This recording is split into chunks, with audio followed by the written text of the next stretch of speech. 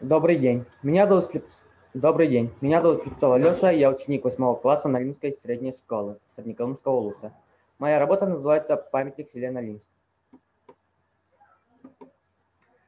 Моя работа состоит из вводной части, научной части, исследовательской части, практической части, заключения и использованной литературы.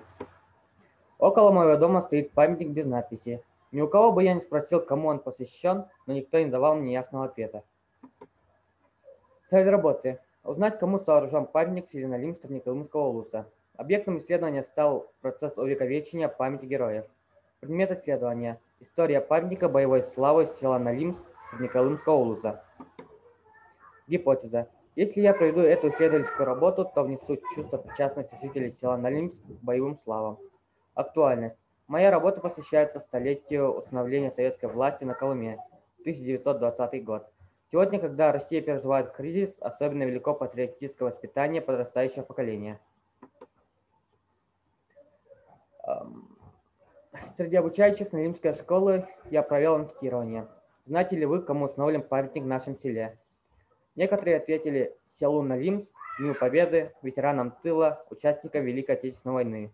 Вывод. Никто из учащих не знает точного ответа в вопросе посвященности памятника. Во-вторых, я хотел выяснить, к какому архитектурному сооружению относится памятник, который установлен в селе Налимск.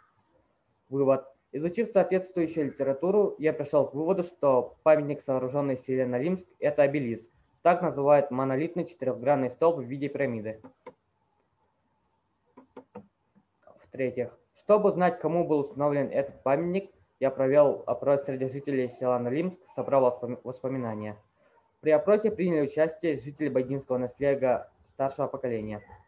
Шарина Евдокия Александровна, отличник образования Республики Саха-Якутия, ветеран труда. Курина Акулина Прокопьевна, ветеран труда. Слепцова Ангелина Алексеевна, заместитель главы богинской администрации села Налимск в 90-е годы. Лаптева Мария Федотовна, ветеран труда. Винокурова Матрена Петровна, ветеран тыла и труда. Миняков Максим Николаевич, глава богинского наследия села Налимск в 2000-е годы. Явловская Мария Васильевна, ветеран труда. Винокурова Марина Николаевна, отличник образования Республики Саха-Якутия, почетный работник общего образования.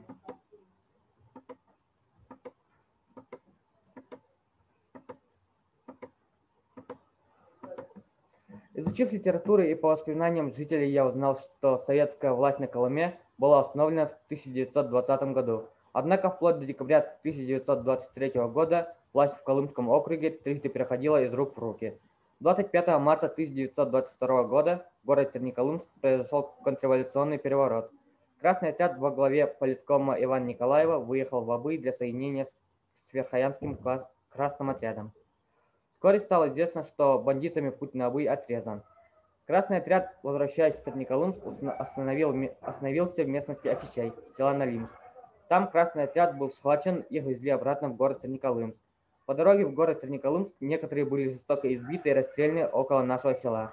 Некоторые расстреляны и затоплены в озере на участке Курус-Атага, что находится в 3 километрах от села. Некоторая часть коммунаров расстреляна на берегу реки Колыма в городе Среднеколымск.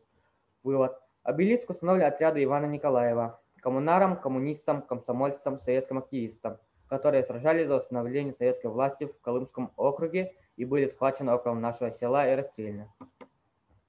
В-четвертых, меня интересовал вопрос, кто входил в состав этого отряда. Ответ на этот вопрос я нашел, изучив архивные данные, а также изучив историю создания памятника коммунарам в городе Среднеколымск. Памятник коммунарам в городе Среднеколымск в одном из живописных мест на левом берегу реки Колыма возвышается памятник коммунарам. На обелиске на фоне развернутого знамени стоит коммунар со связанными за спиной руками. На памятнике надпись: в марте и апреле 1922 года в Среднеколымске были замучены и расстреляны. Николаев Иван Никитович, якут, уроженец Тулагинского наследия Мегинского улуса.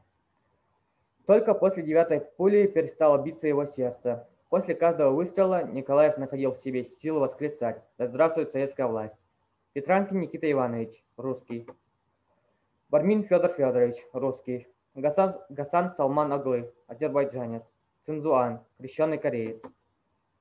Тащин Константин Николаевич, якут. Жирков Алексей Иннокентьевич, якут. Котельников Василий Дормидонтович, русский. Николай Васильевич Пинигин, якут, уроженец Мегенского улуса, местности Сюль-Урах. Приехал в Колымский округ в 1915 году фельдшером. Слепцов Даниил Степанович, якут.